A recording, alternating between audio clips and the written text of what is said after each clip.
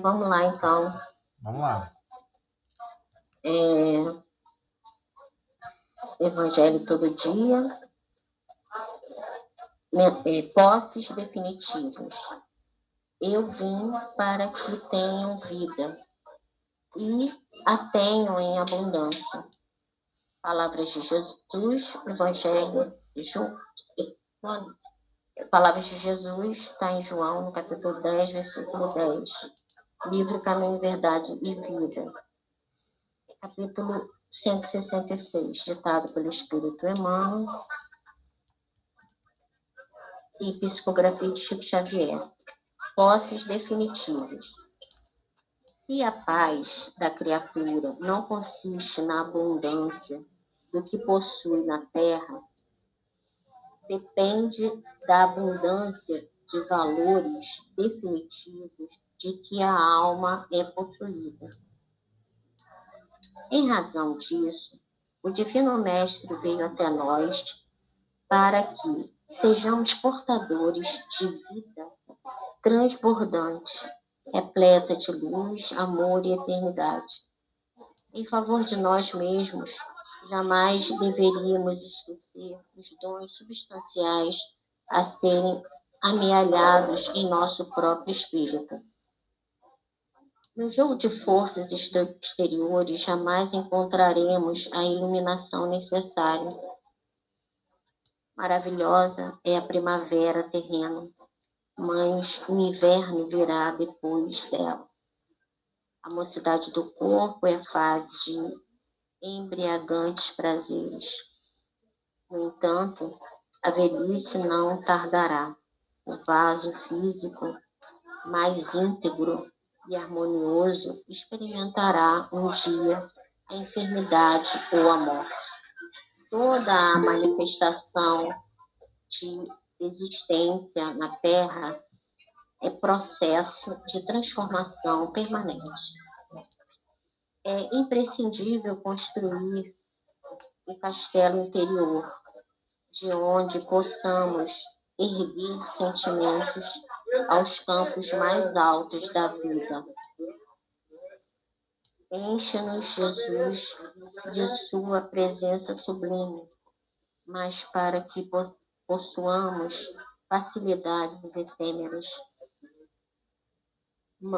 Mães, para sermos possuídos pelas riquezas imperecíveis, não para que nos cerquemos de favores externos, e sim para concentrarmos em nós as aquisições definitivas.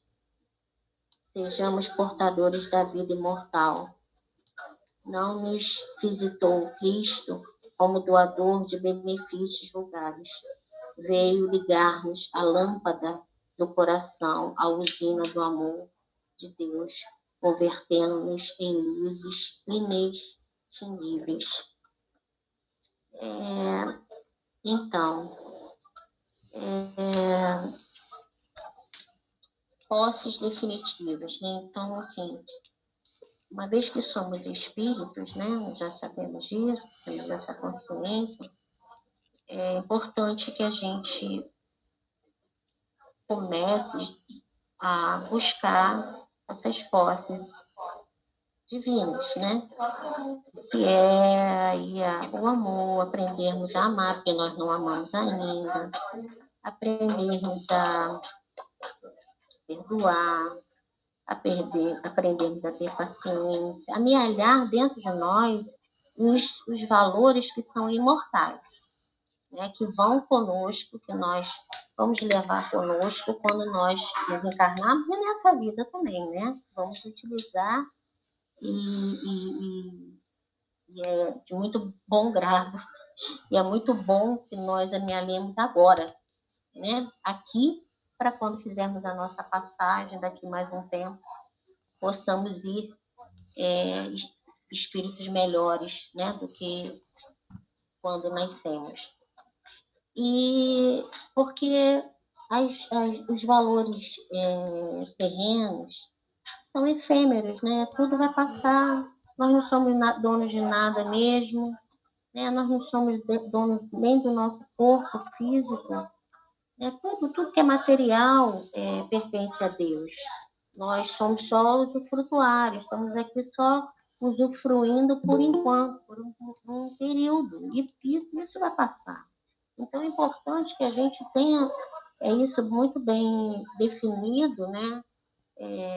Dentro de nós, no nosso mundo íntimo, para que nós possamos ir aos poucos, porque não é fácil, né? Mas aos poucos a gente vai se desprendendo, vai se desprendendo, vai se desprendendo, até dos nossos amores, né? Porque às vezes me pegava pensando, meu Deus, quando a mamãe desencarnar, como é que vai ser? Então eu já estou trabalhando isso também dentro de mim, porque seria também muito egoísmo de minha parte, né? Querer que uma pessoa fique no corpo físico, doente, enfermo, para por conta do meu egoísmo. Então a gente tem que começar a mudar e trabalhar esses valores dentro de nós, né? E aproveitarmos o tempo também.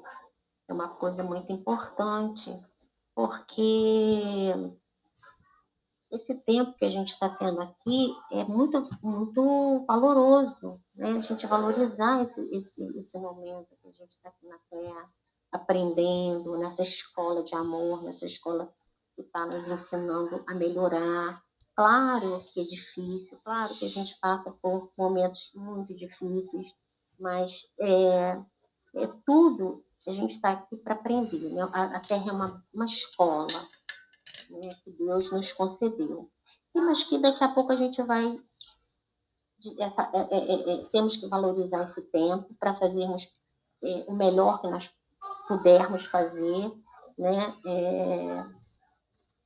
para nós, para os nossos amores, para o nosso próximo, né, usar esse tempo para nos conhecermos melhor, para podermos também estudar, abraçar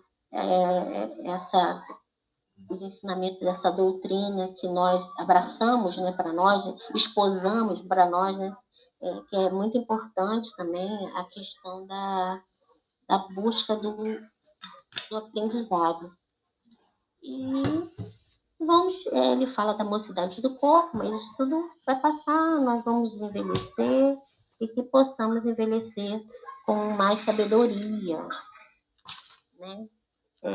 Com mais sabedoria, com mais paz, com mais amor, com mais fraternidade, que é que o mundo precisa. E todas as pessoas, a gente percebe que existe uma carência enorme nas pessoas, né? Desses sentimentos de amizade, de confiança, de certeza do amanhã, né? Porque essa visão que a gente tem do futuro, né? Da vida espiritual, que a nossa pátria é a pátria espiritual, nos dá uma certeza, uma confiança maior, que fortalece nos momentos difíceis, nos momentos de dor, nos momentos de medo, né, que nós todos sentimos, porque vivemos nesse planeta de provas e expiações e temos ainda esses sentimentos dentro de nós. Mas uma vez que nós temos a certeza absoluta de que a nossa pátria é a pátria espiritual, que nós somos espíritos imortais, que Deus é todo amor e bondade e misericórdia, e Jesus é nosso irmão mais velho, que nos ama a todos. Então, com certeza, nós vamos, se Deus quiser, desencarnar melhores, né? E sermos espíritos aqui e agora, melhores, a cada dia melhor, um pouquinho melhor a cada dia. É mais ou menos isso. Não, tá muito bom. É isso aí mesmo. A gente precisa realmente buscar o que realmente fica definitivo na nossa alma, né? E a gente já sabe que tem a ver com sabedoria e amor. Alguma coisa por esse caminho, porque é difícil a gente compreender todo o trajeto, né? Mas é mais ou menos esse caminho. Eu só queria destacar umas coisas aqui que Emmanuel coloca. Emmanuel é enfático em alguns parágrafos. E tem o primeiro é impressionante, né? Se a gente parar para observar o primeiro, né? Se a paz da criatura não consiste na abundância do que possui na terra, aí a gente começa a se perguntar: peraí, eu tô prisioneiro ainda de só existir paz no meu mundo íntimo se eu tiver abundância aqui na terra? Ou seja, ele já deixa claro que existem algumas diretrizes que a experiência física nos impõe, né? A experiência física Uhum. nos convida a perceber. Vem cá, se você não tiver a sua vidinha perfeita, como você imagina ser perfeito, você então não tem paz? Né? Ele convida a gente a meditar sobre essa primeira frase. Então, se não estamos mais prisioneiros, né? Se nós não estamos mais prisioneiros a princípios de paz, que consiste em ter muitas coisas aqui na Terra, isso não é isso que é o principal.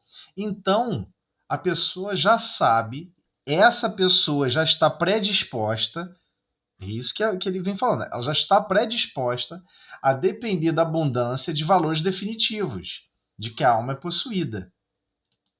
Ou seja, a alma, quando encontra paz, mesmo nas condições de ausência de abundância de recursos materiais, ela possui sedimentada no mundo íntimo dela valores definitivos. E é chocante, porque nós não percebemos ainda como que nós vivemos, nós não olhamos ainda para o nosso mundo íntimo quando estamos em situações adversas, né?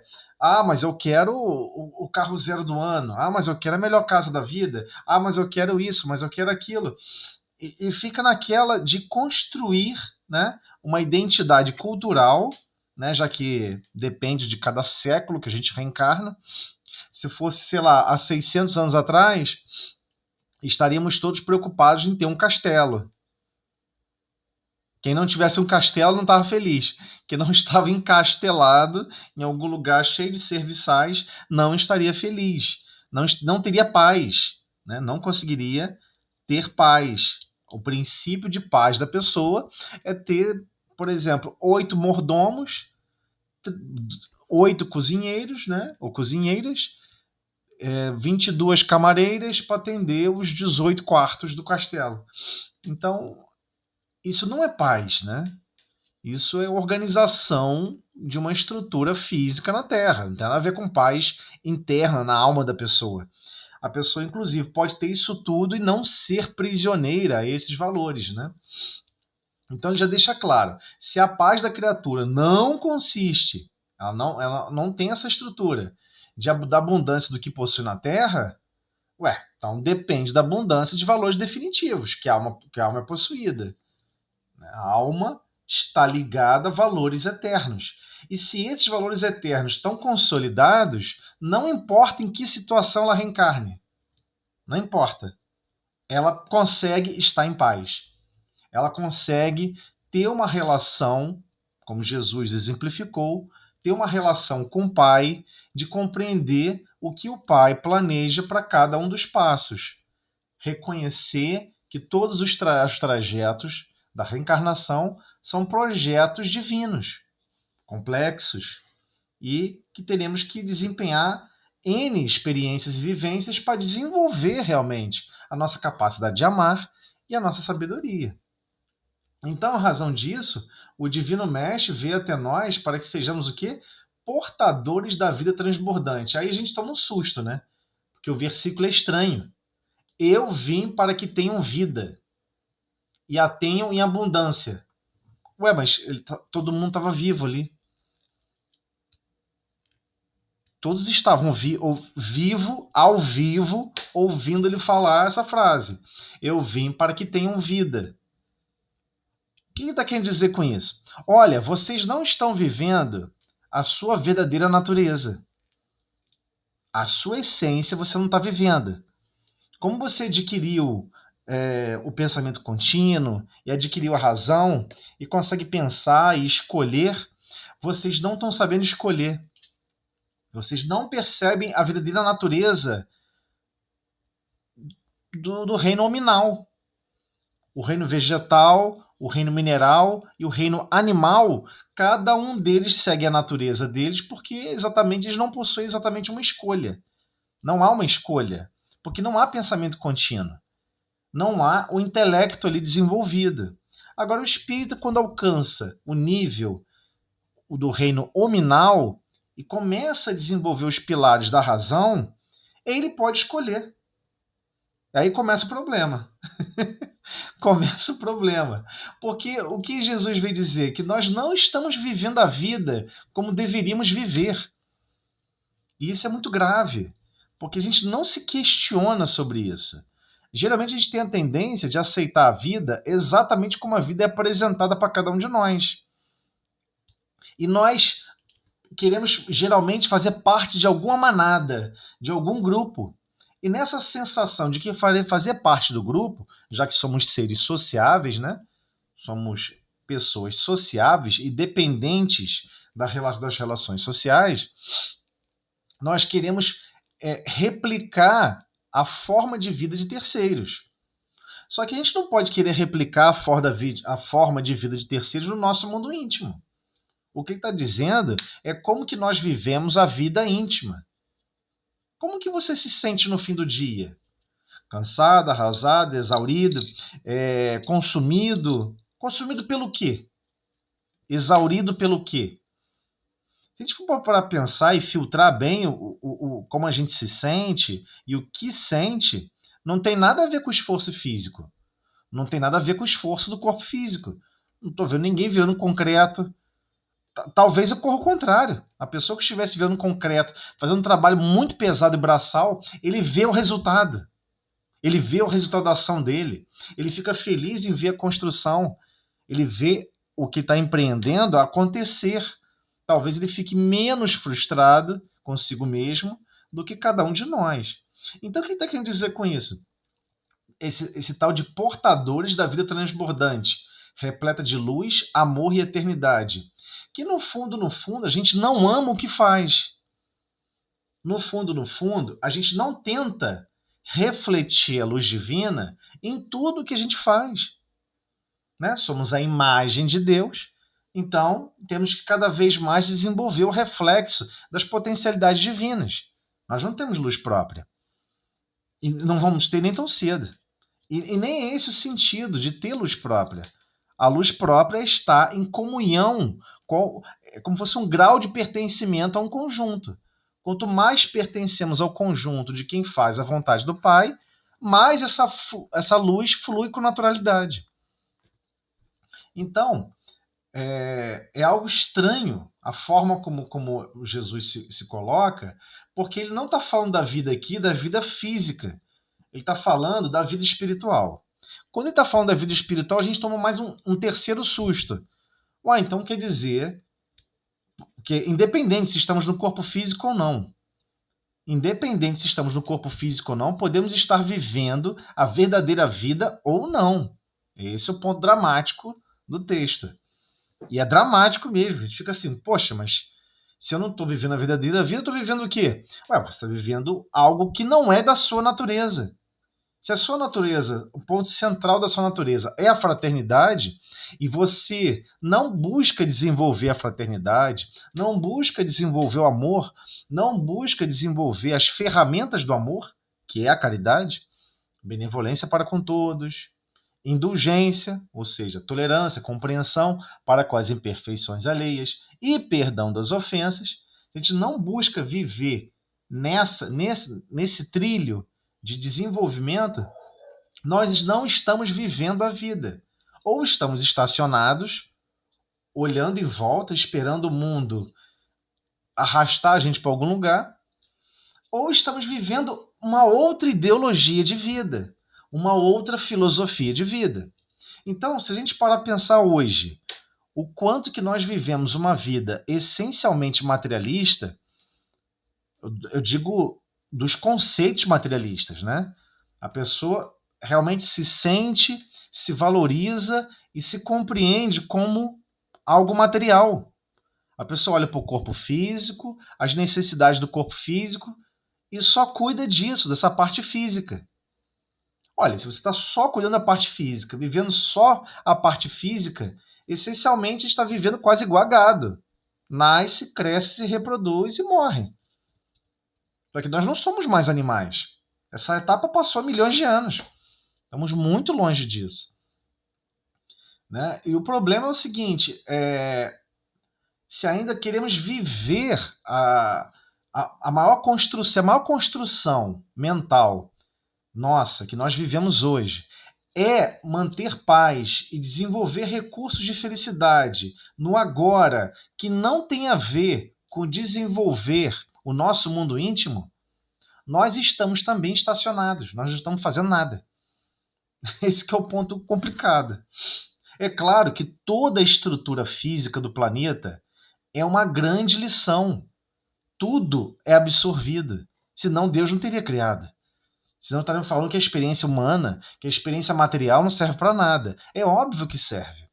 Ela engendra uma série de experiências no nosso mundo íntimo, auxiliando a gente perceber relações mais simples, conviver com terceiros que têm formas de pensar diferentes, têm formas de reagir diferentes.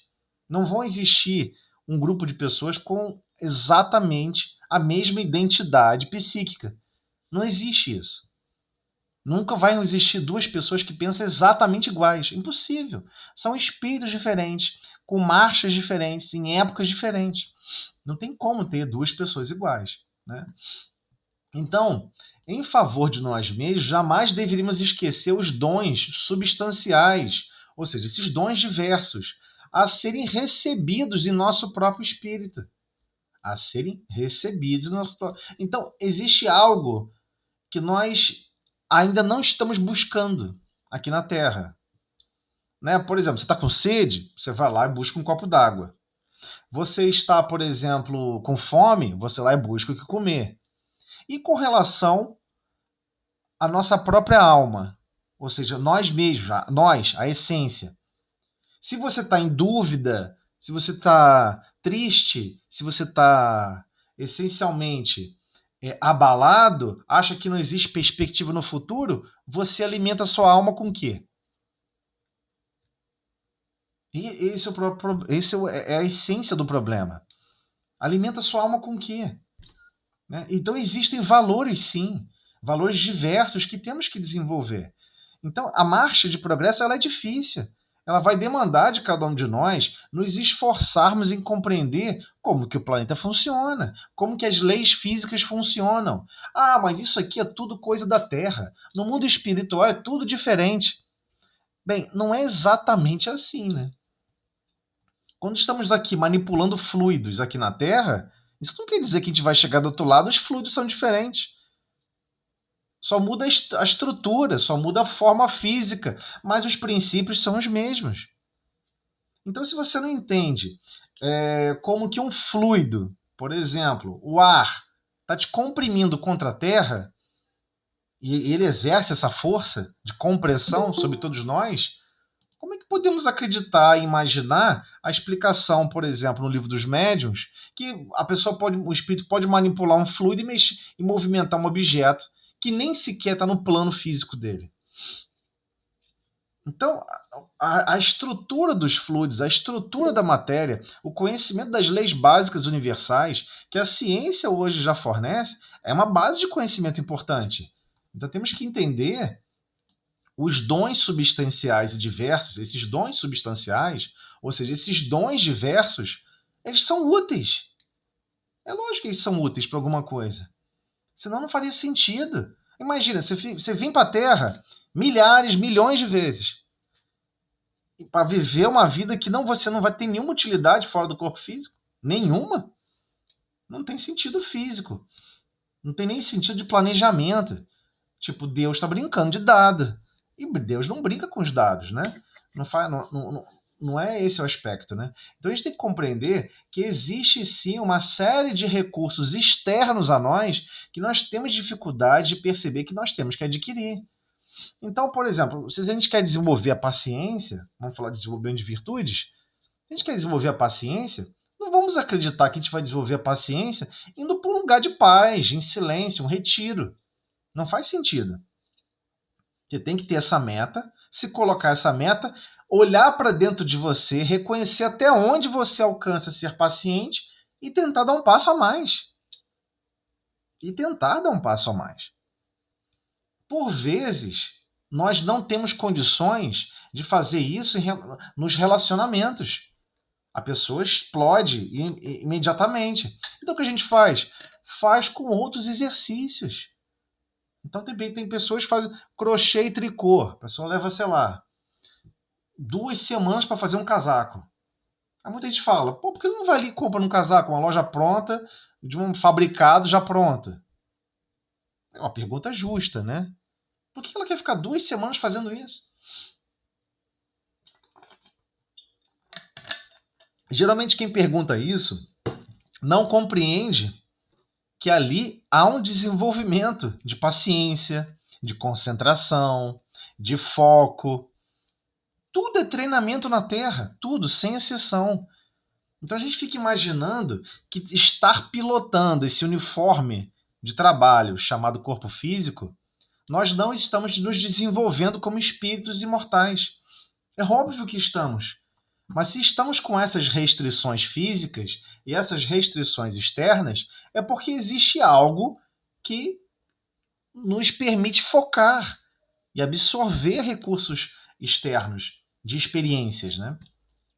Então, o problema é que valores, como nós valorizamos as experiências, é a forma como nós enxergamos as situações. Se nós enxergamos pelo princípio puramente material, fica muito difícil compreender a experiência humana. Muito difícil.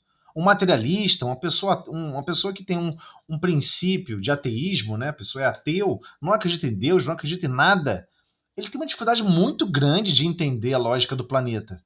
Absurdamente. Ele não consegue enxergar símbolo nenhum.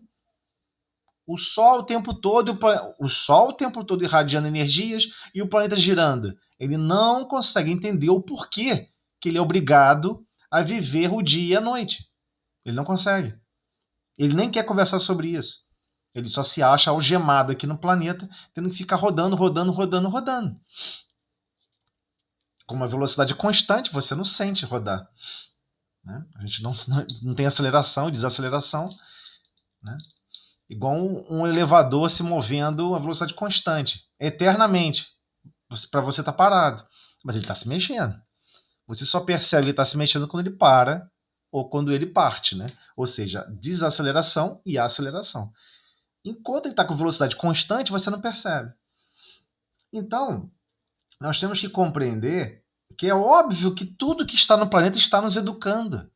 Só que existe uma necessidade de olharmos com um olhar mais desperto.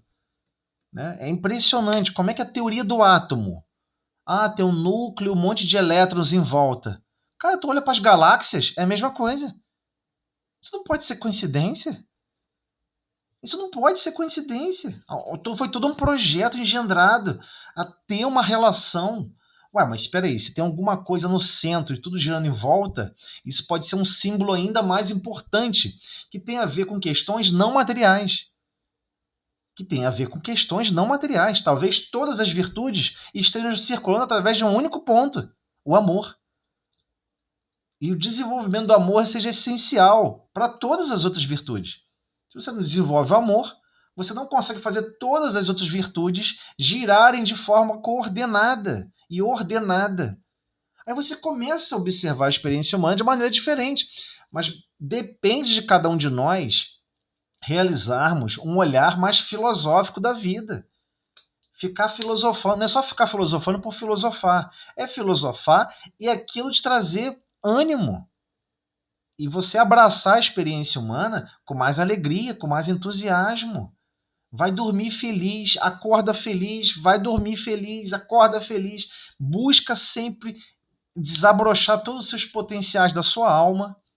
Eu nunca mais esqueci quando Jesus conversa com Paulo, no livro Paulo e Estevão. Paulo estava todo preocupado, como é que ele não conseguia mais visitar os outros grupos que já haviam sido formados, e os outros grupos mandando cartas cheio de problemas. Daí chega Paulo, usa os potenciais da alma, usa os potenciais do espírito. E ele, o que você está falando? Tipo, o que você está falando? Que isso? Que potenciais são esses, Senhor?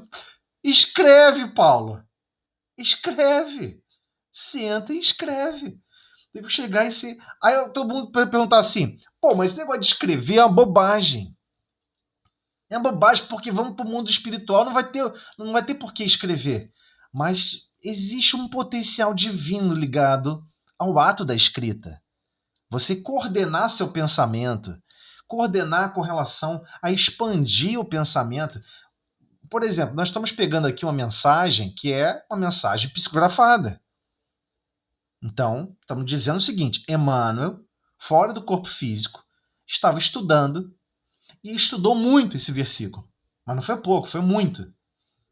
Uma única frase, um único versículo, não chamo nem de frase. Não dá nem para chamar de verso. É um verso pequenininho, um versículo.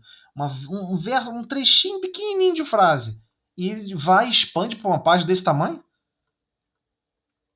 É impressionante. Então, alguma coisa ele desenvolveu na alma dele. Alguma coisa ele desenvolveu no espírito dele para ter essa capacidade de expandir para esse nível. Então, por que eu estou dando essa volta toda? Porque nós não precisamos viver a experiência humana simplesmente como um joguete das situações, dos sentidos, dos órgãos dos sentidos. E é isso que ele vem chamar a atenção também para todos nós, né? No jogo das forças exteriores, que jogo de forças exteriores? Ué, você precisa comer, você precisa tomar banho, você. Então, mas isso é manutenção do corpo físico. Você está fazendo manutenção do seu uniforme. Você também não lava a roupa? Você também não cuida da sua roupa? Né? Mantém-la limpa, corrige, descosturou ali, tu vai lá, conserta, caiu um botão, tu vai lá, bota o botão de novo. Você não faz esse tipo de manutenção? Mas isso não tem a ver com você se vestir. Isso não tem a ver com você, como você vai usar essa roupa. Não tem nada a ver. A manutenção da roupa não tem nada a ver de como você usa essa roupa. Nada a ver. Então, no jogo das forças exteriores, jamais encontraremos a iluminação necessária. Ou seja, não fique prisioneiro a simplesmente viver a vida de uma forma mecanicista e acreditar que só por viver mecanicista você já está buscando, você está desenvolvendo a iluminação interna. Não é isso. É viver essa vida mecanicista, mas com um olhar mais espiritualizado. Então, por isso que Emmanuel fala, e é difícil entender o que Emmanuel comenta, na outra página, num outro livro, ele comenta o seguinte: muito mais do que espiritismo, é preciso desenvolver espiritualidade. O que ele está querendo dizer com isso? O conhecimento espírita é um conjunto de informações, um conjunto de explicações libertadoras. Claro que é. Só que se você continua se sentindo como uma carcaça física, como alguém que está cansado fisicamente. Ah, estou cansado fisicamente, não posso mais ler nada. Estou cansado fisicamente, não posso mais servir a ninguém. Se o mundo físico consegue restringir as suas capacidades anímicas, você não está realmente vivendo a vida no nível de espiritualidade que você precisa viver. Olha, quando eu estou meio cansado, eu dou um monte de coice, um monte de gente. Eu brigo, eu maltrato. Ué, então a sua capacidade de ordenar o seu mundo íntimo depende de recursos externos, depende de forças exteriores. Então é disso que ele está falando. Se essas forças exteriores é que dominam a sua vontade, o seu ânimo, o seu ser, você está esquecendo de você colocar a sua boa vontade, a sua coragem, a sua determinação de servir e amar, mesmo com o corpo dolorido, de servir e amar, mesmo com uma sensação de fadiga. Vence a fadiga! Vence a fadiga! É estranho, porque não tem como a gente esquecer como a pessoa escala o Everest, né? Ou qualquer outra grande montanha. As pessoas acham que é simples. A pessoa está subindo quilômetros. quilômetros subindo. Dói, é frio. O frio dói. Tudo é dor. É dor e sofrimento. Dor, dor, dor. Mas o que a pessoa escolhe fazer?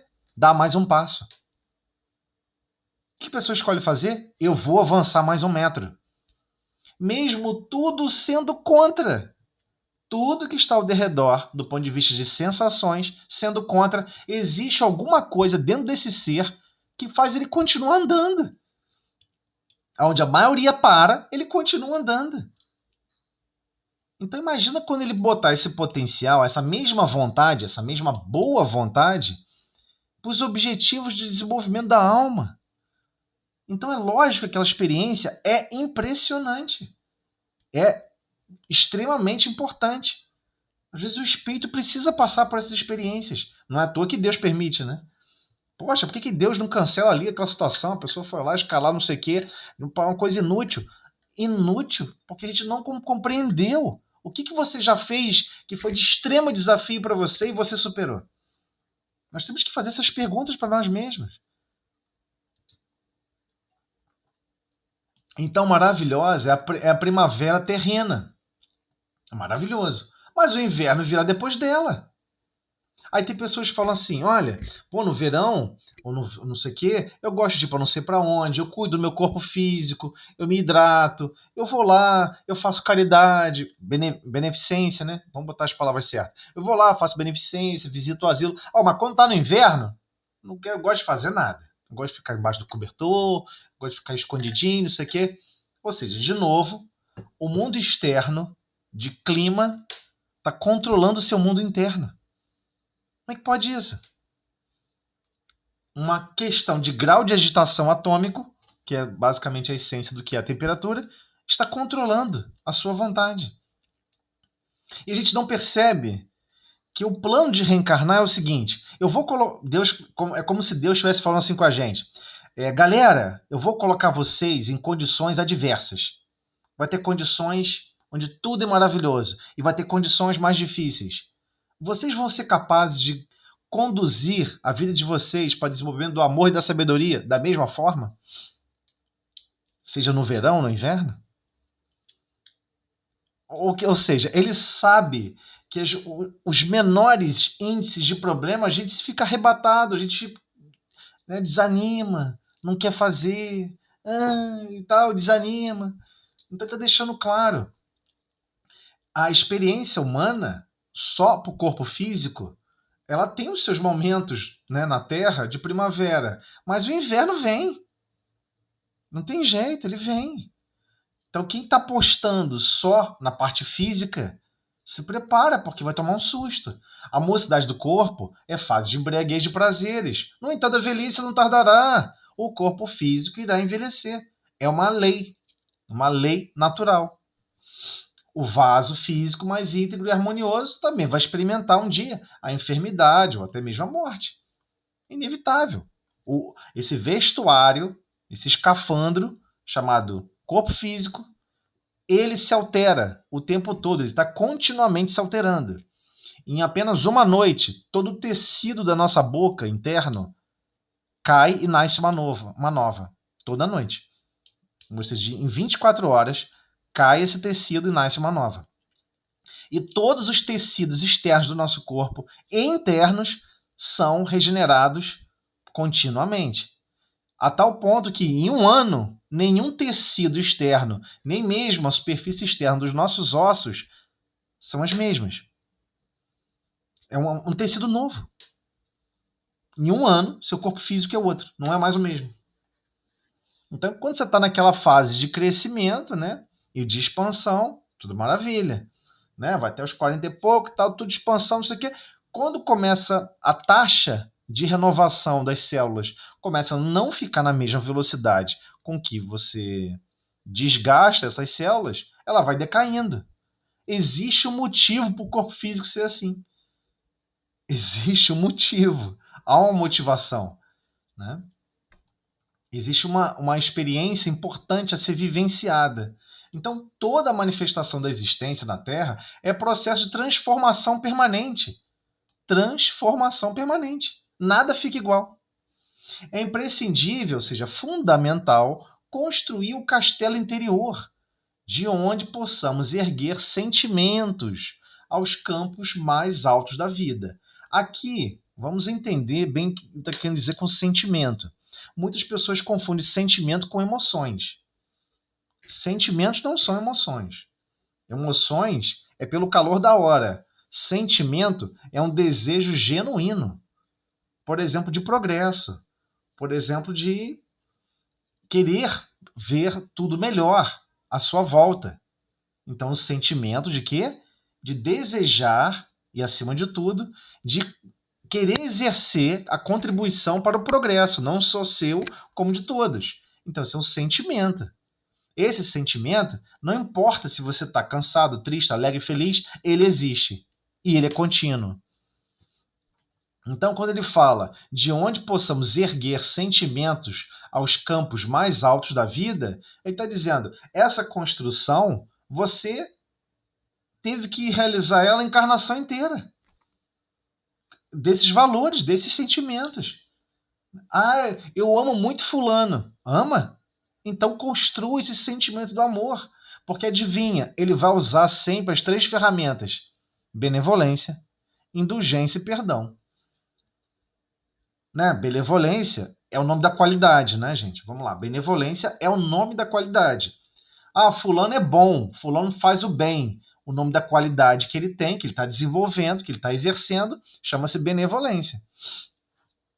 Né? Ninguém fala assim, eu tenho bem em mim. Você não tem como ter o bem, você tem a qualidade chamada benevolência. Né? Então, o ato de fazer o bem é algo que você tem que se impor. Você tem que se constranger a exercê-lo, a exercer essa função. E você vai ter que exercer o tempo todo, porque nós somos constrangidos pelos projetos reencarnatórios a convivermos uns com os outros para amealharmos, né, para poder criarmos essa possibilidade harmoniosa dessas experiências. E precisamos ter essa consciência, que temos que exercê-la. Então Jesus fez o quê? Com a sua presença sublime, né? Nos encheu de sua presença sublime. Para quê? Para facilidade efêmera? Ah, pô, preciso tanto de uma ajuda aí. Tô meio triste. Senhor, pode me alegrar? Eu tô meio sem rumo. Senhor, pode me dar rumo? Ele não veio para isso. Mas para sermos possuídos pelas riquezas imperecíveis, ou seja, que são eternas. Então, essas facilidades efêmeras da matéria, ah, Senhor, me ajuda, que eu quero isso, que eu quero aquilo, o petitório, por vezes que a pessoa está executando na prece, é pura e simplesmente aspectos materiais. E a pessoa acha que viver aquele aspecto material, que vai alegrar ela, né? Não, a pessoa quer a conta bancária gorda, a pessoa quer muito recurso financeiro, mas às vezes a experiência que você precisa passar não é essa. Você vai pedir uma coisa que é contrária ao seu próprio sentimento genuíno de progresso. O meu sentimento genuíno de progresso é avançar em amor e sabedoria. Mas você está pedindo para ficar algemado a recursos financeiros, a condições de vícios. Então talvez a pessoa vá lá, consegue um monte de recurso financeiro. A primeira coisa que a pessoa faz, larga a família. Sempre assim. Quem tem muita liberdade financeira, a primeira coisa que a pessoa faz é abandonar os objetivos que a pessoa tem.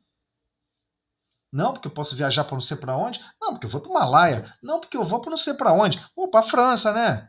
Pô, quero ir para a França, quero curtir a vida. Depois vou passar na Itália.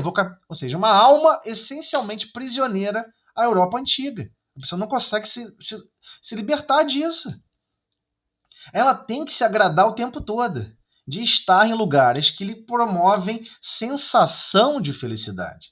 Não é felicidade verdadeira. É uma sensação. Só que aquela embriaguez passa. Aquele pico daquela sensação passa. Aí passou, você quer uma nova experiência. E fica nessa busca incessante de novas e novas experiências. Menos onde Deus te plantou. Aonde Deus te plantou, você não quer gerar flores, gerar frutos. Você quer gerar flores e frutos aonde já tem um gramado bonitão, aonde já tem um monte de flores, né? Então, não é por aí, né? Não é por aí. Então ele deixa uma mensagem: sejamos portadores da vida imortal. Como assim da vida imortal? Eu não sou portador da vida imortal? Olha, se todo o seu conceito de felicidade, de paz, todos os seus valores íntimos depende do ambiente externo, e o ambiente externo está continuamente se modificando, continuamente. Os continentes estão se aproximando um do outro a uma velocidade de mais de 1 centímetro por ano. Mais de 1 centímetro por ano. Ah, mas isso não é muita coisa. Isso não é muita coisa, isso vai modificar completamente o fluxo das marés. E temos que entender que governa a temperatura do planeta é o Sol, em primeiro lugar, e segundo lugar são as marés, que promovem o equilíbrio térmico no planeta. Então todos tentam enxergar o mundo como sendo uma bola redonda que nada se transforma, que está tudo paradinho. Não é verdade. As encostas estão sofrendo erosão, tem toda uma série de princípios naturais que estão governando a evolução do planeta. Estão sempre se alterando. Agora, se essas alterações é que governam o seu mundo íntimo, você não está vivendo a vida imortal.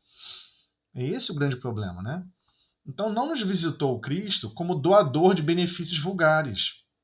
Veio ligar-nos a lâmpada do coração, a usina do amor de Deus. Eu achei linda essa imagem. Emmanuel aqui foi brilhante. Essa aqui tem que, botar na caneca. Botar assim, imprimir na caneca para toda vez que tomar um café você lembrar. Lembre-se de ligar, né, de conectar a lâmpada do seu coração à usina do amor de Deus, convertendo-nos em luzes inextinguíveis. É fantástico isso. Fantástico. Ou seja, estamos realmente vivendo alheios a Deus, né? Alhures distante do projeto divino. Às vezes temos um projeto divino, que temos que estar com um grupo, que temos que estar com a família, que temos que estar com certas pessoas, e a gente foge, mete o pé, não quer saber disso. Ou quando está junto fisicamente, só está de corpo presente. Só está essencialmente com a carcaça, ou seja, com o escafandro, com esse uniforme físico chamado corpo físico. Mas a mente e os desejos centrais daquela alma estão em outro lugar. Então não é só a questão de estar fisicamente, é a questão de estar fisicamente exercendo esses objetivos. O ato de refletir a luz divina, promovendo o bem, promovendo a paz, onde tem discórdia, você leva a paz, você leva a harmonia. O ato de exercer esse reflexo divino é o exercício do progresso que temos que efetuar aqui na Terra. É isso que irá construir e consolidar recursos na nossa alma. Né? A gente não pode imaginar, porque ele fala de uma forma muito simbólica, porque a língua portuguesa é muito pobre. Todos os idiomas da Terra, né, são muito pobres para expressar esses sentimentos tão nobres e tão, né, zelosos, o qual Emmanuel vem trazer para todos nós. Né? Então, essas posses definitivas é ser possuidor sempre desse desejo central. Eu quero desenvolver o amor, porque eu sei que ele é o centro das galáxias. Tudo orbita em torno do amor. Quem governa as galáxias, quem governa o universo é o amor. E todos seremos convidados a exercer esse amor por reflexo. Né? Já que somos a imagem de Deus, nós refletimos Deus. Então é isso, pessoal. Alguém tem alguma pergunta, alguma colocação a mais? Essa página é muito importante para todos nós, né? Posses definitivas. Não? Então vamos lá. Então vamos para a prece inicial. Senhor Jesus, agradecemos, Mestre, por mais uma oportunidade. Estamos reunidos em Teu nome, estudando os Teus ensinamentos. Dá-nos força, Senhor, para que possamos sempre desenvolver a boa vontade, a coragem e estarmos mais atentos, mais preocupados. Qual será o projeto divino que tenho que cumprir? Qual será o novo aprendizado que tenho que aprender? E que possamos sempre seguir, Senhor, os seus ensinos e os seus exemplos de amor e paz em todos os tempos, estejamos no corpo físico ou não. Obrigado, Senhor, por mais essa oportunidade. E pedimos por darmos por iniciada a reunião do estudo do Livro dos Médiuns, na paz e na harmonia. Que assim seja. Então, só para posicionar quem tiver com o livro em mãos, estamos no item 87, ok? Já iniciamos um novo capítulo, capítulo 5, ok? Estamos no capítulo 5 das manifestações físicas espontâneas. Kardec vai dilatar o pensamento para todos nós sobre as manifestações físicas espontâneas. Tá, ok? Aí já estamos no item 87. Ok? Já fiz aqui a marquinha, para não me perder. Então vamos lá. Item 87. As manifestações espontâneas nem sempre se limitam a ruídos e pancadas. Degeneram, por vezes, em verdadeiro estardalhaço e em perturbações. Móveis e objetos diversos são derribados, projetis de toda sorte são atirados de fora para dentro, portas e janelas são abertas e fechadas por mãos invisíveis, ladrilhos são quebrados, o que não se pode levar à conta da ilusão. Muitas vezes o derribamento, esse derrubar alguma coisa, se dá de fato. Doutras, porém, só se dá na aparência. Ouvem-se vozerios em aposentos contíguos, barulho de louça que cai e se quebra com estrondo, cepos que rolam pelo assoalho. Ocorrem às pessoas da casa e encontram tudo calma. Acorrem as pessoas da casa e encontram tudo calmo e em ordem. Mal saem, recomeça o tumulto. Então, ele também narra aqui, algo que pode realmente, de fato, ter o físico, está tudo derrubado, quebrado, com problema realmente, e por vezes a pessoa escuta esses ruídos, vai até aquele aposento, a pessoa tem certeza que ouviu o barulho de um prato quebrando, que ouviu um outro barulho específico, chega lá, não tem nada aconteceu. A pessoa se afasta e volta o ruído. É isso que ele está tratando aqui como um fenômeno espontâneo. Então vamos lá, item 88. As manifestações desta espécie não são raras, nem novas. Poucas serão as crônicas, ou seja, os relatos locais, que não encerrem alguma história dessa natureza. É fora de dúvida que o medo tem exagerado muitos fatos, que, passando de boca em boca, assumiram proporções gigantescamente ridículas. Com auxílio da superstição, ou seja, dessas crendices, A superstição aqui no sentido de crendice. As casas onde eles ocorrem foram tidas como assombradas pelo diabo. E daí todos os maravilhosos ou terríveis contos de fantasmas. Hoje é a essência dos filmes de terror e de suspense. Aí, se você quer fazer um filme de terror bem feito, 99% tem esse tipo de pegada, E isso acaba sendo uma identidade cultural. A pessoa assimila essa cultura, desse medo desproporcional. Por outro lado, a velhacaria, ou seja, a falcatrua, de velhaco, de falcatrua, de criar uma falcatrua, alguma coisa fantasiosa para enganar as pessoas, Por outro lado, a velhacaria, a falcatrua, não consentiu em perder tão bela ocasião de explorar a credulidade, ou seja, a ignorância, e quase sempre para a satisfação de interesses pessoais. Aliás, facilmente se concebe que impressão, ou seja, essa influência, podem fatos dessa ordem produzir, mesmo dentro dos limites da realidade, em pessoas de caracteres fracos e predispostas, pela educação, a alimentar ideias supersticiosas.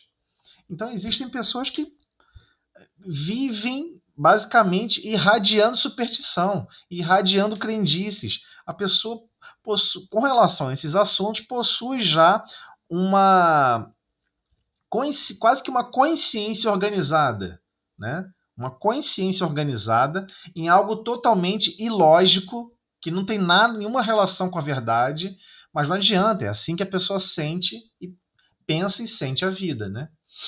O meio mais seguro de obviar, né, de evitar aos inconvenientes que se possam trazer, visto não ser possível impedir-se que se deem, consiste em tornar conhecida a verdade. Quando chega a informação, a pessoa conhece a verdade, acabou aquele problema, acabou o medo. Por exemplo, igual quando alguém quer dar susto em alguém, né? Quando você quer dar um susto em alguém, quem tem experiência nisso, quando você depois demonstra a verdade do qual a origem do susto, né? Quem já é expert em dar susto nos outros. Quando você apresenta a verdade, a pessoa sai de um medo profundo para um ódio profundo. Mas existem aquelas que vão para uma sensação de alegria, de felicidade, porque ela reconheceu a lógica da verdade, né? Às vezes a relação que a pessoa vai de ódio profundo é porque ela não queria estar sendo testada a esse ponto, né, de tomar um susto. Em coisas terríficas em coisas terríficas se convertem as mais simples, quando se lhes desconhecem as causas. Ninguém mais terá medo dos espíritos quando todos estiverem familiarizados com eles. E quando os a quem eles se manifestam já não acreditem que estão às voltas com uma legião de demônios. Então, no passado, né, era muito comum as crianças brincarem de manipulação, com brincadeiras de copo e tudo mais. E eu me recordo de uma pessoa uma vez que, numa brincadeira dessa, ela levantou morrendo de medo, estava brincando numa rua, numa calçada, e saiu correndo, quase o carro pega a pessoa. Então, a pessoa com medo de uma situação simples, de um fenômeno simples, o medo era tão profundo que a pessoa preferiu colocar o seu próprio corpo físico em risco profundo, que ali deveria ser o maior medo, né? O que você tem mais medo? De um espírito desencarnado ou de um carro quase te pegando? Não tem nem o que responder, né? Claro que é o carro quase te pegando. Então, a gente tem que tomar cuidado com isso, né? Coisas terríficas, né? Coisas realmente terríveis podem acontecer por causa de um medo desenfreado. A pessoa cria um medo profundo, chega a abalar o corpo físico da pessoa, a pessoa fica branca, o sangue periférico vai embora, como se estivesse próximo, né? Como é que o nosso corpo se defende com relação a algum perigo imediato? A gente está num perigo imediato, a circulação sanguínea se concentra mais por cento dos órgãos, porque está percebendo que existe um medo, um perigo imediato, né? Então todo o corpo se prepara para um trauma. E nesse trauma que não perca muito sangue. Então o corpo tem um mecanismo natural de reagir a medos extremos. Mas tem pessoas que ficam com medo tão extremo sobre essas questões, que a pessoa muda a respiração, muda o batimento cardíaco, entra num estágio praticamente de aguardar um trauma e não tem trauma nenhum. O trauma é simplesmente psíquico, né? Está somente na formação do pensamento. E é claro que a pessoa pensa logo em legião de demônios, porque ela cansou de ver filme, cansou de ver séries, cansou de ver esse tipo de criação mental. Foi por formação de criação mental.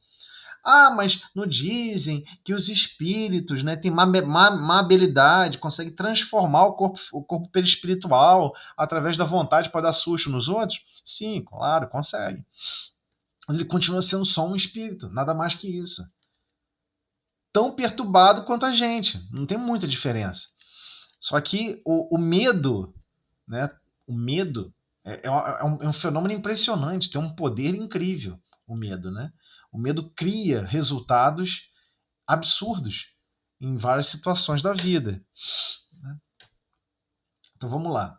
Na Revista Espírita se encontram narrados muitos fatos autênticos deste gênero, entre outros a história do espírito batedor de Bergzabern, cuja ação durou 8 anos. 8 anos! números de maio, junho e julho de 1858.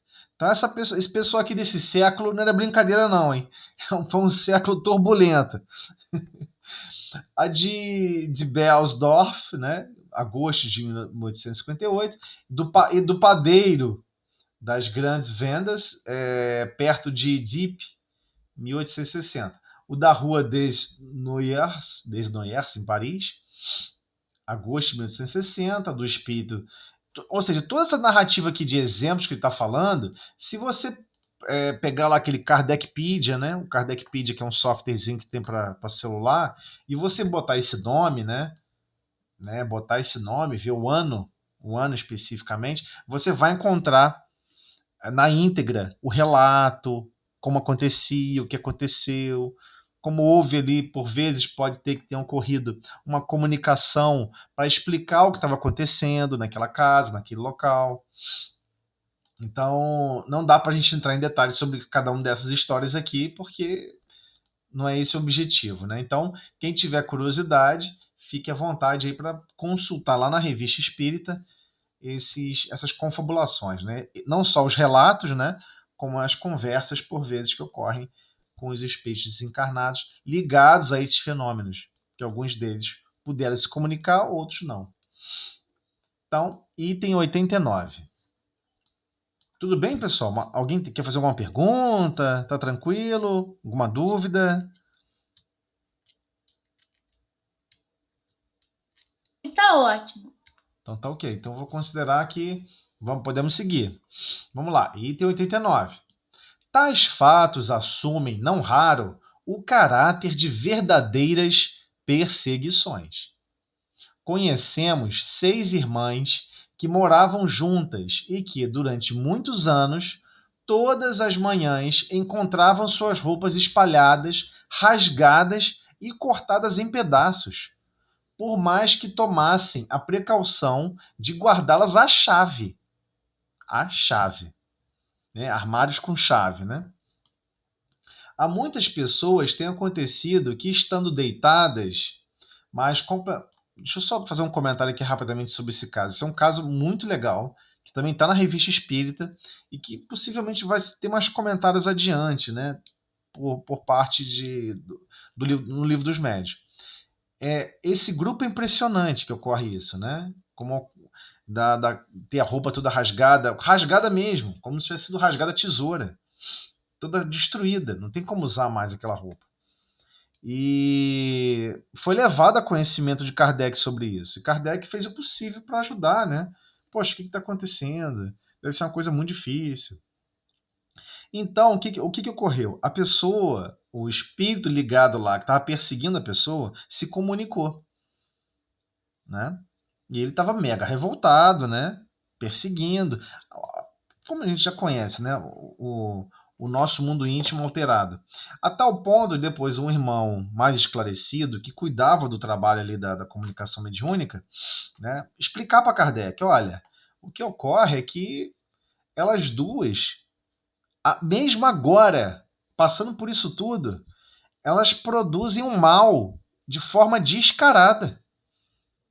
Elas estão exercendo o mal, falam mal dos outros, criam intriga, criam situações para prejudicar as pessoas, criam mentiras sobre os outros para poder ver o circo pegar fogo na casa dos outros. São pessoas que têm um grau de perversidade incrível. E até mesmo o espírito ligado a ela, que está ligado a ajudar a protegê-la, foi obrigado a se afastar.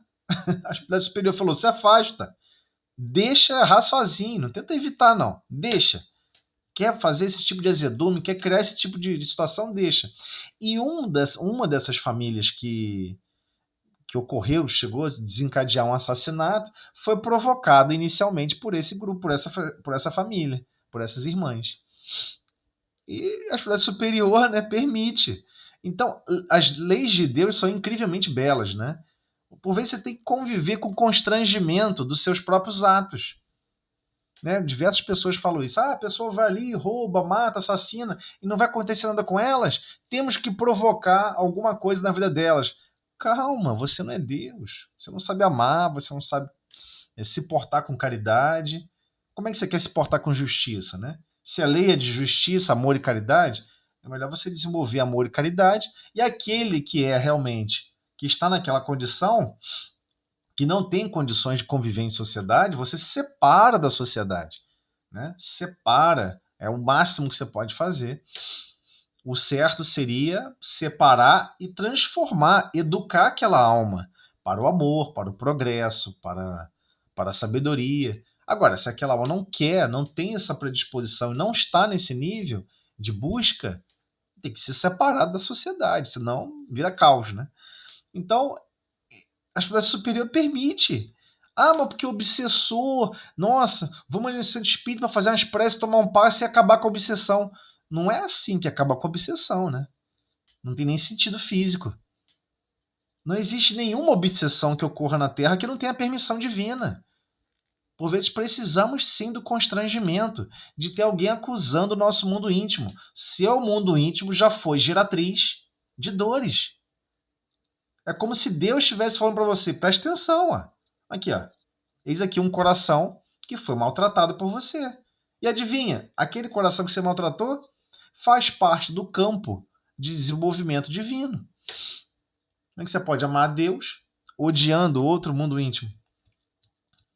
Então, o processo é complexo, é muito bem orquestrado e nós temos que ter confiança e transformar na confiança na certeza da lei de progresso e que temos sim como modificar o nosso mundo íntimo. Né? Ninguém aqui é a mesma pessoa ninguém aqui é exatamente igual do que há 20 anos atrás. Ah, mas eu sou assim porque eu sou isso, eu sou... Não é. Não é igual. Quem está realmente buscando se modificar não é a mesma pessoa de 20 anos atrás. Não é. Várias coisas a pessoa não busca fazer. Várias coisas a pessoa busca se frear. Então, existe toda essa questão de a pessoa vai se conhecendo cada vez mais. Tanto é que pessoas que são externas ao nosso convívio, por vezes falam assim, ó, ih, cara, você tem que falar isso com o fulano? Ih, não fala isso com hoje não, hein? Fulano ficou entristecido, aí ficou no azedume, tá zangado. Cadê o manual do outro ser humano? Como é que ela sabe disso tudo? Sabe, porque já viveu aquelas experiências. Agora, se nós reconhecemos, por vezes, a reação do mundo íntimo de terceiros, quem dirá Deus, né? Então, Deus sabe qual será a nossa reação num processo de verdadeiras perseguições e sabe que será positivo. Vamos reagir de forma diferente, vamos nos modificar, vamos pensar, caramba, não é que possivelmente eu posso fazer isso até pior e até mais pior ainda, né? Então, vamos lá, vamos continuar. Há muitas pessoas tem acontecido que estando deitadas, mas completamente acordadas, lhes sacudam os cortinados da cama. Isso não tem mais, né? Aqui, a gente não tem mais esse negócio de cortinados da cama, ninguém mais usa isso.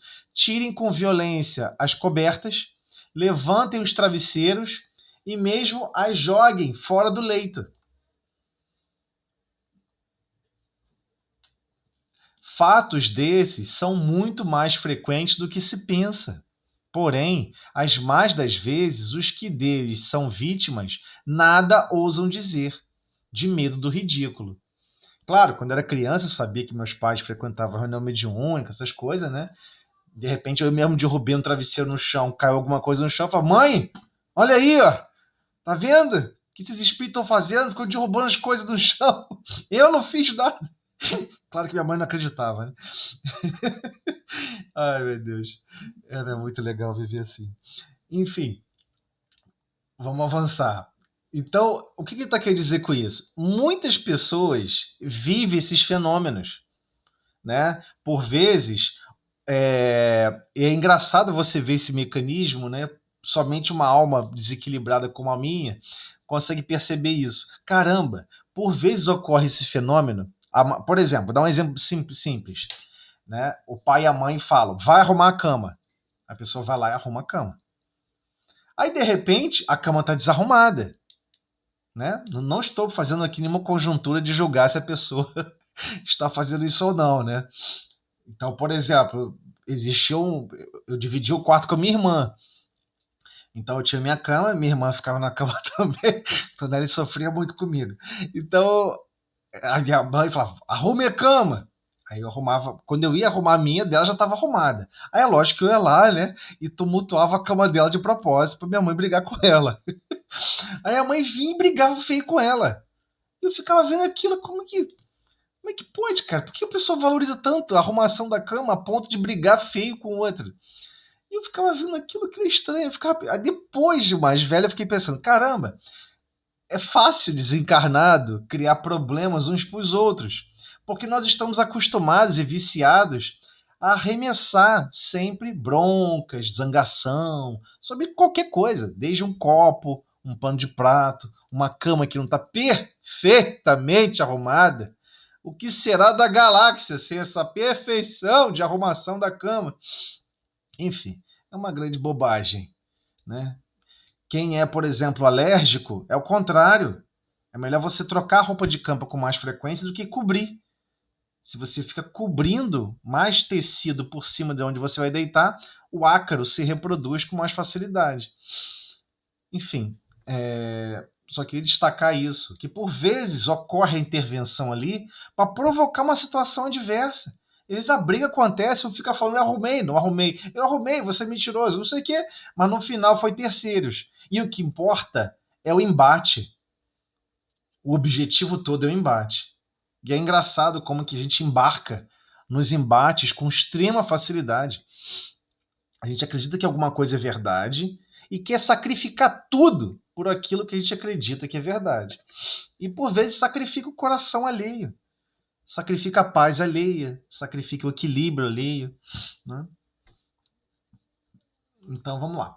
Somos sabedores de que, por causa desses fatos, se tem pretendido curar, como atacados de alucinações, alguns indivíduos submetendo-os ao tratamento a que sujeitam os alienados, o que os torna realmente loucos.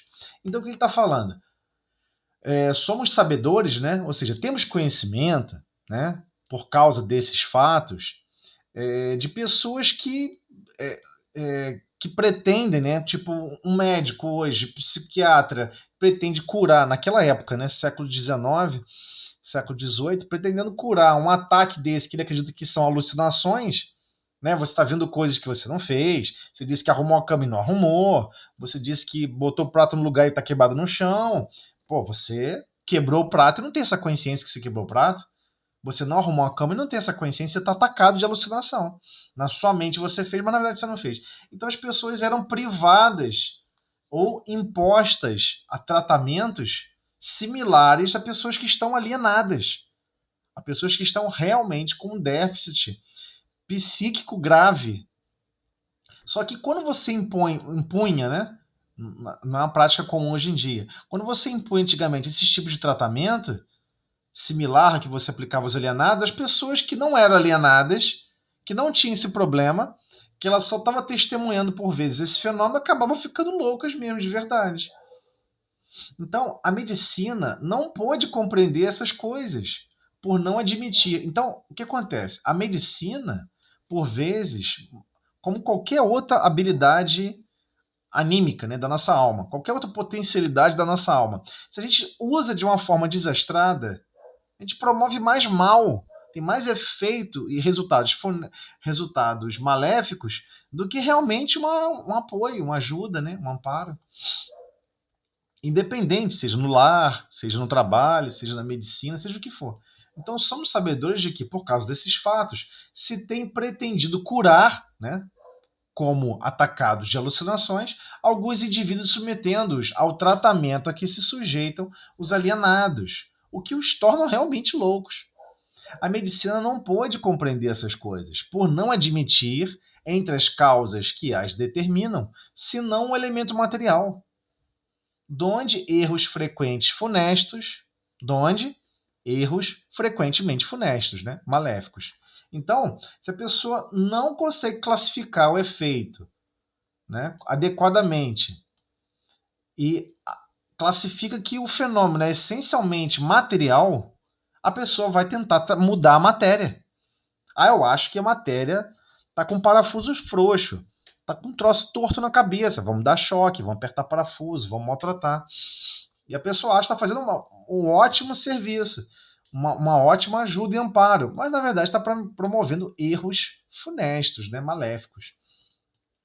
A história descreverá um dia certos tratamentos em uso no século XIX, como se narram hoje certos processos de cura da Idade Média. E é engraçado porque é exatamente isso. Estamos hoje no século XXI, né? Basicamente 300 anos à frente. O que ele mostra? Né? Que o tratamento que era empreendido a pessoas classificadas como alienadas no passado é um grau de perversidade similar realmente da Idade Média. São coisas horríveis. Basicamente um instituto de tortura para ver se a pessoa muda. Né? Complicada a beça. Então, admitamos perfeitamente que alguns casos são obra da malícia, né? Perversidade, ou da malvadez, né? Crueldade mesmo. Porém, se tudo bem averiguado, provado ficar que não resulta da ação do homem, dever-se-á convir em que são obra ou do diabo, como dirão uns, ou dos espíritos, como dizemos nós. Mas de que espíritos? Então, o item 90. Eu acho que dá tempo, hein? Podemos avançar para o item 90? Ele é grande. Vocês têm alguma pergunta? Vamos lá, gente. Faz pergunta aí. Kardec tá doido? Discordo disso. Alguém? Você não falou, hein, José? Sim. Você não falou ali em cima que o espírito ele não nos dá assim, nenhum prejuízo. Sim. Assim, vamos dizer, de bater na gente, alguma coisa, mas Chico Xavier uma vez não foi atacado por um espírito? Ele ficou com dores. Uma história que eu ouvi sobre essa questão. A vibração do espírito não pode nos causar danos físicos? Entenda o seguinte, diretamente impossível. Diretamente impossível. Ele vai interagir com o seu perispírito. Ele pode interagir com o seu perispírito. E o seu perispírito gerar essa descarga de resultado no seu corpo físico. Mas diretamente no corpo físico, ele precisaria de um fluido especializado para promover manipulações diretamente no corpo físico. Se assim ele pudesse, não tinha mais ninguém encarnado. Todos os espíritos teriam torcido o seu coração e o seu coração não bateria mais. Verdade. Por que eu vou ficar me debatendo? Eu vou lá, seguro sua jugular. Eu sei que em 10 segundos você está no chão. O nosso corpo físico não suporta 10 segundos sem oxigenação. Se privarmos o nosso cérebro mais de 10 segundos, perdemos a consciência. Se você continuar privando o cérebro de oxigenação, você causa lesão. Se você continuar privando mais ainda, é óbito. Não tem jeito, você vai deixar o corpo físico. Ah, mas eu tinha todo um projeto. Não importa, você vai deixar o corpo físico. E aí acontece, o que nós descobrimos com relação à manipulação dos fluidos, primeiro, não é qualquer espírito que pode manipular. Segundo, não é qualquer médium que doa esse fluido, que misturado com o fluido do espírito, que tem um perispírito altamente grosseiro, né, consegue fazer essa manipulação. Mas lembre-se, na época de Chico frequentou muita reunião de materialização. Então tem que checar direitinho se não tem a ver com a doação de fluidos para esse tipo de reunião. Tem que ver qual é o contexto. É muito difícil assim sem entender o contexto. Mas assim, diretamente, se o espírito pudesse manipular a matéria, ele tá com raiva de você, ele não vai ficar derrubando o prato, pô. Ele vai na tua jugular, ué. Ele vai lá dentro da sua horta, segura seu coração, pode bater. Ele não pode fazer isso. Existem leis que não permitem você fazer isso. Por exemplo, se você quiser mudar alguma lei natural aqui na Terra, você não consegue. Olha, vou alterar a lei da gravidade. Você não consegue, pode fazer o que você quiser. Você vai continuar sendo atraído por centro da Terra, fica à vontade. Pode espernear, pular, falar o que você quiser, não tem jeito. Então, a gente esquece que fora do corpo físico, a disponibilidade desses fluidos obedecem leis. Esses fluidos obedecem leis. Eu sei que é estranho, porque a gente não está lá fisicamente para poder testar isso. Mas os fluidos fora do corpo físico também obedecem leis. Só que são leis diferentes. São leis diferentes. Então, por exemplo, existe uma lei que a gente já conhece aqui na Terra. Nada se cria, tudo se transforma, né? Uma frase simples, mas que para quem está manipulando um fluido, o que ele sabe? O fluido, você não tem como criar fluido. Você tem como pegar fluido de algum lugar e transformar esse fluido. Agora, criar fluido você não consegue criar. Você precisa absorver de algum lugar, ou de você mesmo, ou de terceiros. Então, existem leis gerais que estão em todo o universo. Matéria, só quem cria o princípio material quintessencial, né? Aquela coisa bem essencial, que é o fluido cósmico universal, que é o formador de todos os possíveis derivados de matéria. Ah, eu estou em nosso lar, estou vendo um prédio, estou vendo não sei o quê, estou vendo aerobus. Ele é uma derivação do fluido cósmico universal. Alguém manipulou fluidos para construir aquelas construções. Assim como existem os fluidos que nós manipulamos aqui na Terra. Ah, mas como assim? Ué, você não precisa fazer concreto? O que é o concreto? É um fluido. É um fluido. Densidade do concreto, 2.400, né, quilogramas por metro cúbico. Você conhece até mesmo a massa específica do concreto. Então, massa específica da água, 1.000 quilogramas por metro cúbico. É a massa específica da água. Específica em relação ao volume. Massa por unidade de volume. A gente chama vulgarmente de densidade. Então o ar, a gente sabe quanto pesa, a gente consegue ver tudo isso. Ah, mas o que essa experiência humana tem a ver com fora do corpo físico? Tudo a ver. Tudo a ver. Se a gente sabe que fluidos aqui obedecem leis, fluidos lá obedecem leis. Então, por exemplo, se existe uma lei que ele não tem autorização de interferir no corpo físico, ele não tem esse acesso, ele não terá esse acesso. É uma lei. Não terá e pronto, acabou. Se não, pode acontecer também o inverso. É isso que você não pode pensar, né? Você não pode pensar o seguinte, ué, então, beleza, o cara vem e me maltrata quando eu tô aqui acordado, maltrata o meu corpo físico, acessando meu perispírito. Mas você esqueceu que você vai dormir? E você sai do corpo físico? E às vezes você é 10.000 vezes mais perverso do que ele. Você tá entendendo o que eu tô falando? Você pode sair do corpo físico e perseguir ele também, fazer coisas horríveis, fazer coisas horripilantes. Mas é claro que Deus não vai permitir isso. Se Deus quer promover a lei de progresso da humanidade, ele não vai deixar leis e liberdade para pessoas cometer mais desatino. Não é assim que funciona. Ah, mas poxa, mas às vezes o espírito interfere, faz criança tropeçar, acontece isso, acontece aquilo, faz criança tropeçar por distração, manipula a distração, não o pé da criança. Manipula a distração mental, mas não faz a criança tropeçar. Entendeu? Porque a pessoa quer promover o mal, ela tá com esse... Quando nós estudamos, hein, Ana? Quando nós estudamos lá no ESD, nós estudamos aqueles mundos inferiores e nós estudamos sobre o umbral. A maioria das pessoas não entende o que é umbral. Ah, eu tô com medo de ir para o umbral. Você quer fazer mal a alguém? Você quer chegar e fazer vingança? Você quer desencarnar? Não importa como, assassinado, esquartejado. Você quer sair e tentar esquartejar alguém? Então você vai parar no umbral, porque você vai manipular fluidos com essa intenção, porque o seu pensamento é ativo. E você não vai poder estar nem sequer em mundo inferior. Você tem que ir para um lugar onde pessoas queiram arremessar e maltratar um ao outro. Um lugar onde você vai descarregar suas energias, em que você quer continuar manipulando e promovendo o mal.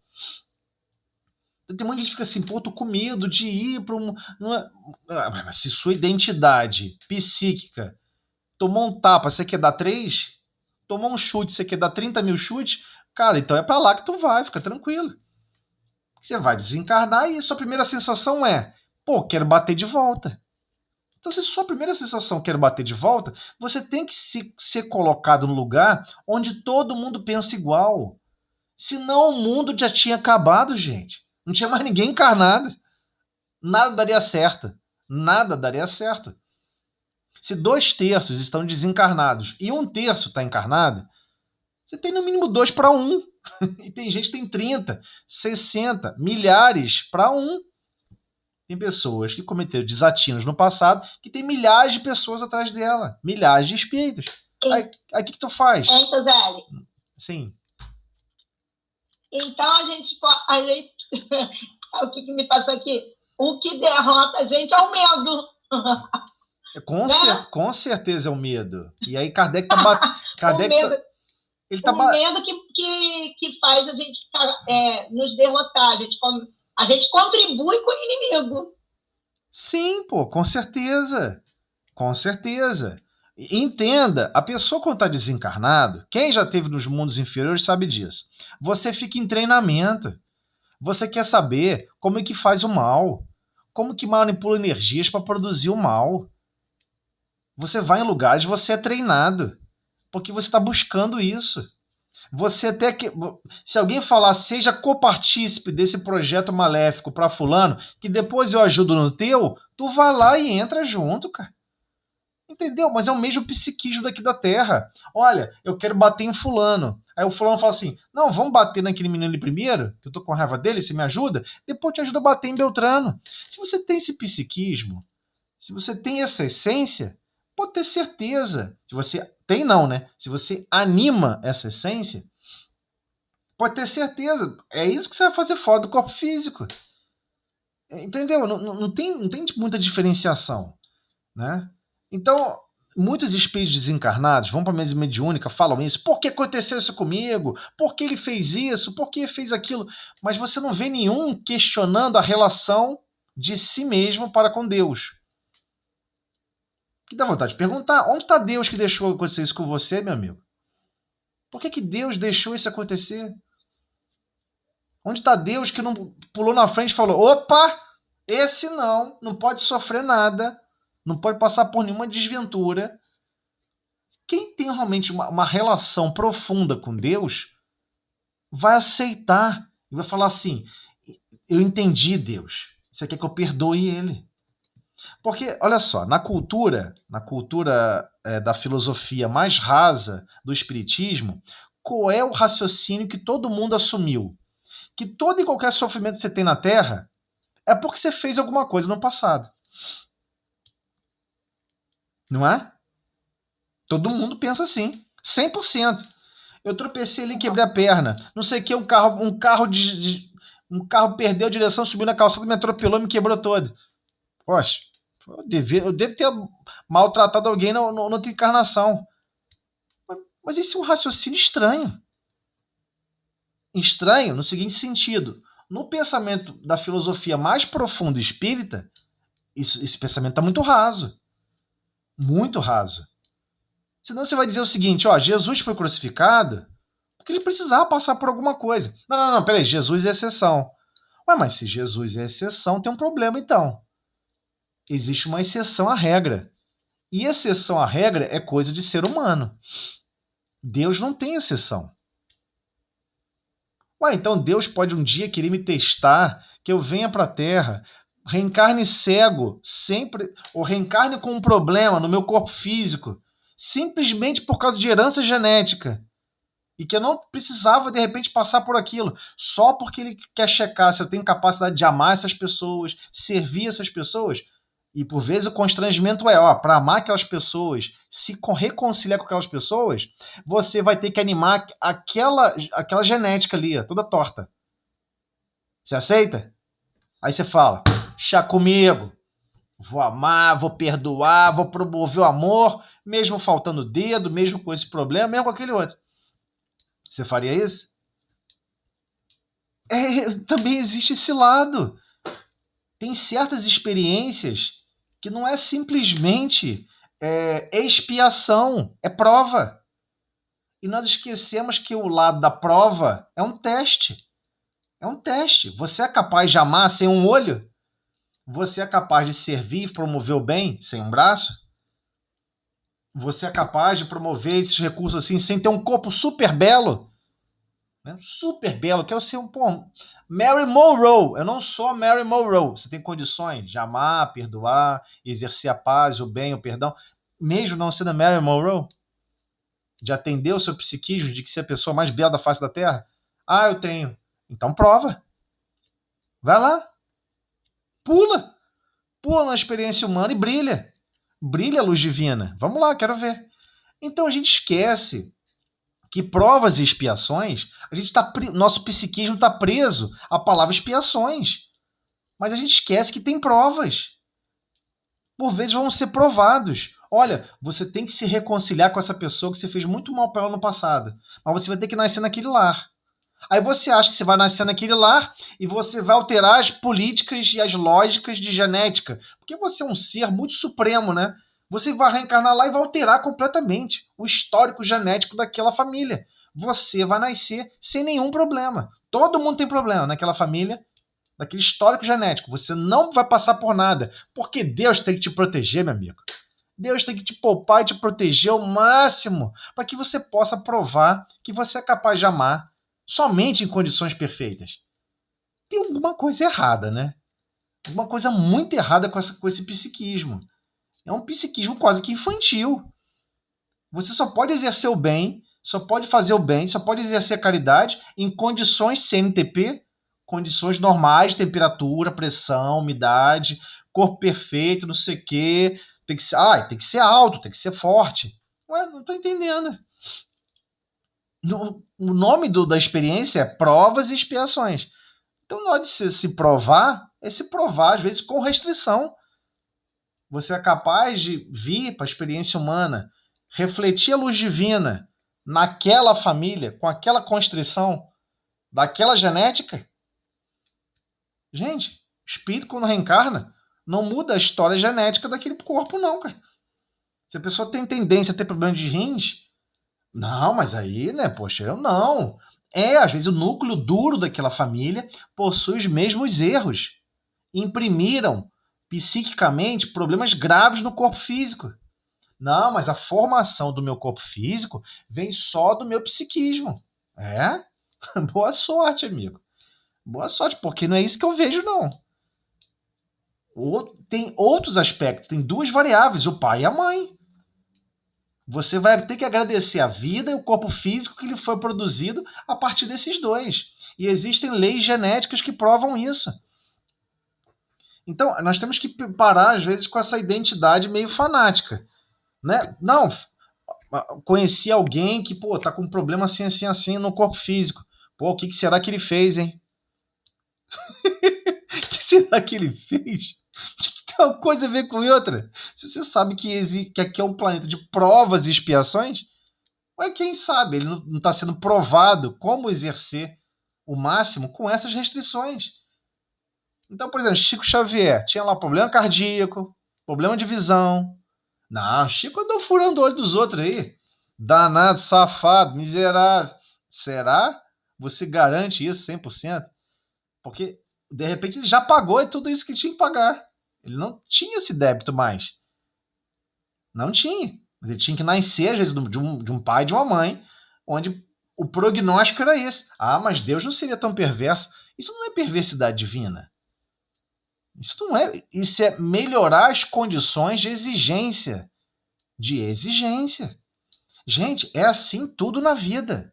Em tudo na vida. Nós temos que compreender que, por vezes, nós somos demandados com condições extremas. Em condições extremas. Não, mas aí, Deus está deixando a pessoa sofrer, deixando sofrer. Ela só tem sofrimento se ela se sentir prejudicada, se ela se sentir maltratada. O ato de se sentir prejudicado e maltratado é uma dificuldade que você tem de criar uma relação saudável com Deus. É o seu mundo íntimo. E o seu mundo íntimo só fica feliz quando tudo são flores? Então, é estranho, porque a experiência humana não é essa.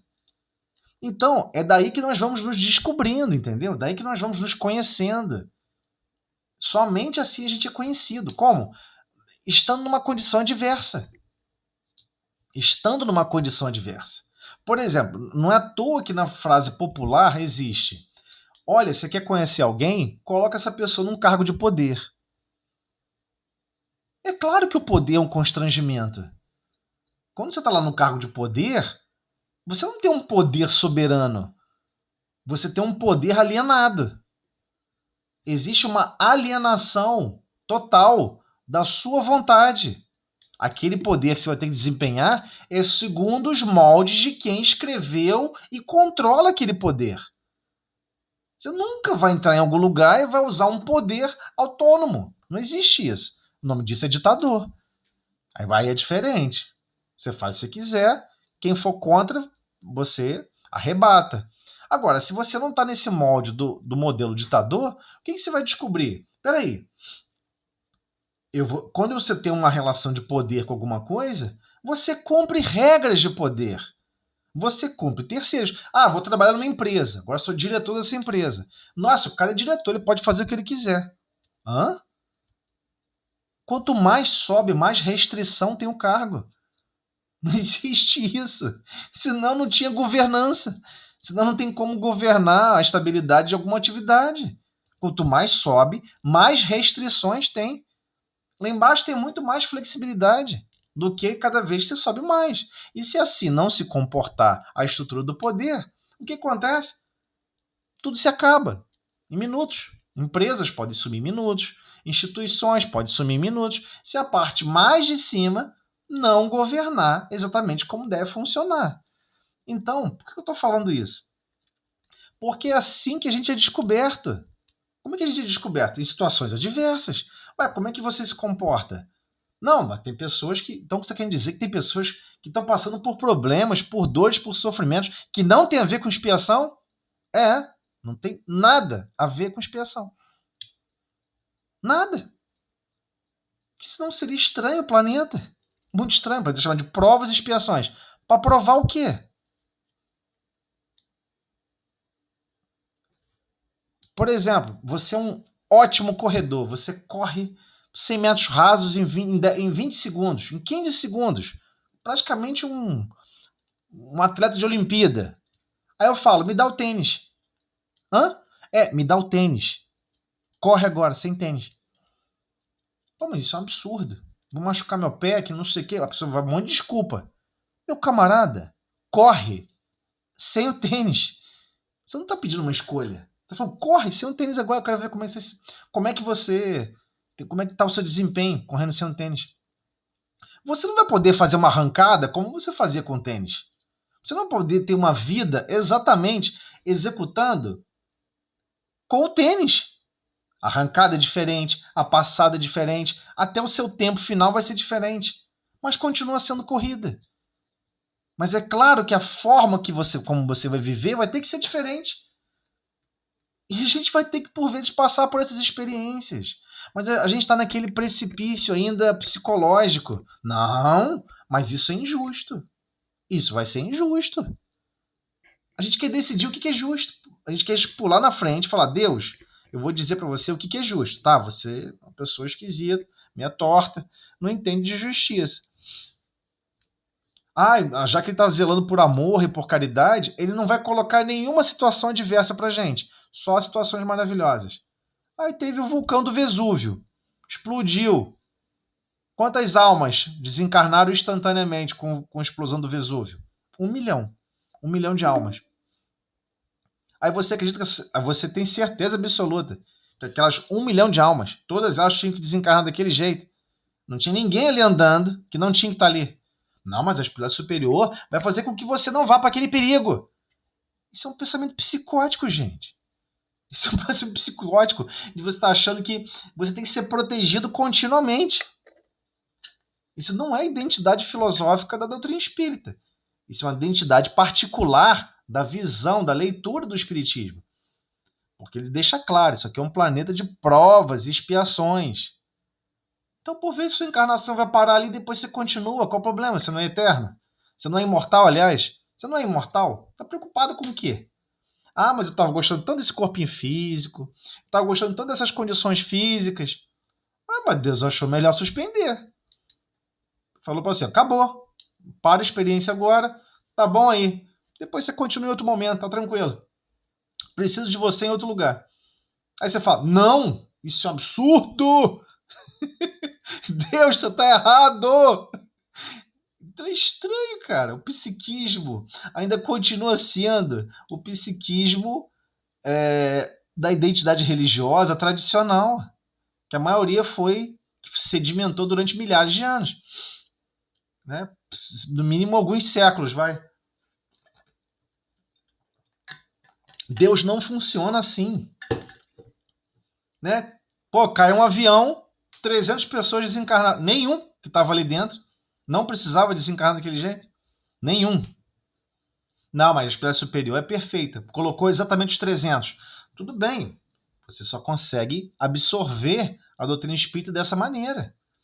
Mas se você estudar mais profundamente a doutrina espírita, o que é uma relação de provas e expiações muda de critério. Muda de critério.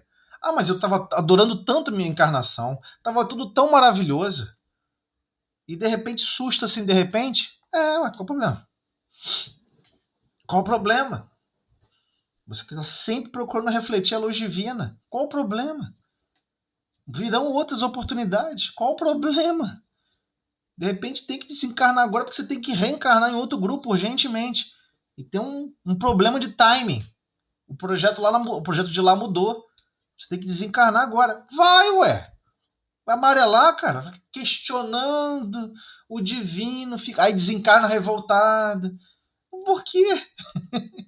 Por que desencarnar revoltado por causa disso? Desencarna feliz. Opa! Cadê? Qual é a próxima? Opa! Qual é a próxima? Manda outra situação. Tem que ser esse ânimo de agradecer, de estar feliz. E que sim, a gente não tem acesso aos projetos. Projetos de reencarnação são projetos divinos. É só Deus e Cristos que sabem disso. Ah, mas tem espírito que não precisa mais reencarnar na Terra, deve ter acesso a projetos de reencarnação. Não, não tem acesso. Não tem. É complexo demais. Vai além da capacidade, sabe, minimamente intelectual daquela alma.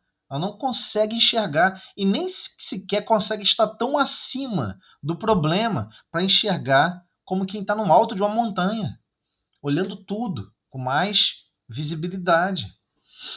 Então, a espécie superior permite certos fenômenos, porque sabe que vai mudar. E, por vezes, o acesso e a busca do fenômeno, que ocorre no caso do fenômeno espontâneo, por vezes são corações que se amam. Por vezes são corações que se amam. A pessoa que te ama muito, tá vendo você super revoltada, vai lá fazer barulho para falar assim, para com isso, fulano. Não fica revoltada. Agradece a Deus tudo que você tá recebendo. Para de ficar nessa indisposição para ostracismo e tristeza. Fica feliz. Não fique assim. Cadê a alegria de viver? Cadê essa coisa maravilhosa de conseguir treinar, refletir a luz divina? Vamos lá, não desanima. Às vezes é essa a essência da comunicação. A pessoa se revolta, cara. Não, mas isso... Como Deus permitiu essa perturbação na minha vida? Eu devo ter feito muito mal a encarnação para permitir essa perturbação, porque você está pensando em leis de causalidade apenas. Causa e efeito. Causa e efeito. Não é assim que a vida funciona. Nunca foi e nunca será. Você imagina se todo mundo que empreendeu mal a vida fosse na próxima encarnação receber tudo o que empreendeu de mal. Aí Deus não seria Deus, né? Deus seria um carrasco. Porque é esse o psiquismo que nós temos ainda. Um psiquismo tortuoso. A visão ainda do olho por olho, dente por dente. Só que não sou eu mais que exerço o olho por olho, dente por dente. É Deus, né? Agora é Deus que exerce. Isso não é verdade. Isso é totalmente falso. Deus não é um velhinho barbudo, barbinha branca, tá brincando de maltratar os outros. Cria simples e ignorante para ele cometer erro e você ir lá e maltratar. A gente não faz isso com criança, meu Deus. Eu nunca vi alguém chegar assim e falar, olha, tá vendo aquela criancinha pequenininha, aquele rapazinho de 14 anos? Agora eu vou cobrar ele tudo que ele fez de loucura quando era bebezinho, não queria fazer cocô no vaso, né? 3 meses de idade eu tinha que fazer cocô no vaso, sujou tudo, um dia tirou a fralda, sujou minha cama toda de fezes, mijou no meu rosto. Isso não vai ficar assim, eu vou cobrar tudo isso que ele fez. A gente não faz isso. A gente não faz isso com criança, com bebê. A gente pode imaginar que Deus é assim, cara. Então é muito estranho ainda a nossa percepção. E aí fica difícil estudar realmente a doutrina espírita, porque são esses sentimentos ou essas emoções que ainda governam a nossa interpretação da verdade. E a gente precisa botar isso de lado e tentar entender esses princípios. Kardec vai chegar a falar nesse aspecto mais para frente, no próximo item. Quem disse que essa perturbação que ocorre é só para o mal? Não é só para o mal. E aquilo que a gente classifica às vezes como mal é um grande estímulo a observar o nosso mundo íntimo. Nossa, né, que fulano soprou a brasa, né, da minha identidade que eu tenho sobre eu mesmo, e eu fui lá e pisei em fulano? Fui lá e maltratei Beltrano? Fui lá e falei, como ousa falar mal da minha vida, da minha honra, e eu maltratei a pessoa? O que isso tem a ver com a minha identidade, com o meu sentimento de progresso, que eu quero empreender para a minha própria alma? Que eu quero empreender para a vida eterna? Então, a gente tem que despertar para esse detalhe. E temos que ter essa leitura aqui no Livro dos Médiuns. Não dá, por isso que o Livro dos Médiuns é um livro pós-Livro dos Espíritos. Ele já compreende que você não tem mais esse princípio psíquico de achar que Deus está punindo, né? Vou deixar aquele espírito zangadinho punir ele de sacanagem, porque ele precisa sofrer esses problemas, né, para despertar. Isso é um pensamento humano, porque o ser humano empreende a justiça sem amor e sem caridade, ok? Não é assim que Deus funciona, nem de perto. Então, temos que ter a certeza absoluta, seja o que acontecer, é o melhor, especialmente aquilo que nós não temos controle. Nossa, teve um terremoto, abriu um buraco na terra, dragou minha casa. Eu e todo mundo desencarnamos. Mas se Deus deixou, há uma necessidade para isso. Eu não posso me revoltar, nem contra Deus, nem contra nada. E é isso. Nós temos que despertar para esse detalhe. As transformações externas não vão deixar de ocorrer por causa dos nossos planejamentos. Não é assim que funciona. Quer que sustar aquela encarnação? Susta, depois ele continua em outro momento, tá tranquilo. Né? Ana não vai se revoltar por isso. Natália, Lúcia, Rose, ninguém vai se revoltar por isso. Você, ainda não tô. Já falei. É pra pensar, hein? Agora uma boa. Eu quero reencarnar no primeiro mundo. Chega desse Brasil. Tá certo. Pessoal, vamos fazer aqui a prece de encerramento, só falta 1 minuto. Vamos agilizar aqui, vamos lá. Senhor Jesus, agradecemos, Mestre, por todas as oportunidades de estarmos conversando sobre os teus ensinamentos de amor e de paz. Obrigado, Senhor, por nos estimular sempre a refletir a luz divina e a manter a nossa constância nesse foco. Pedimos assim por darmos por encerrada a reunião da noite de hoje, na tua paz e harmonia. Que assim seja. Então é isso aí, pessoal. Aí eu volto para te falar, seu velho. Olha, é muito ruim. Muito ruim. Ué. Boa noite. Boa noite.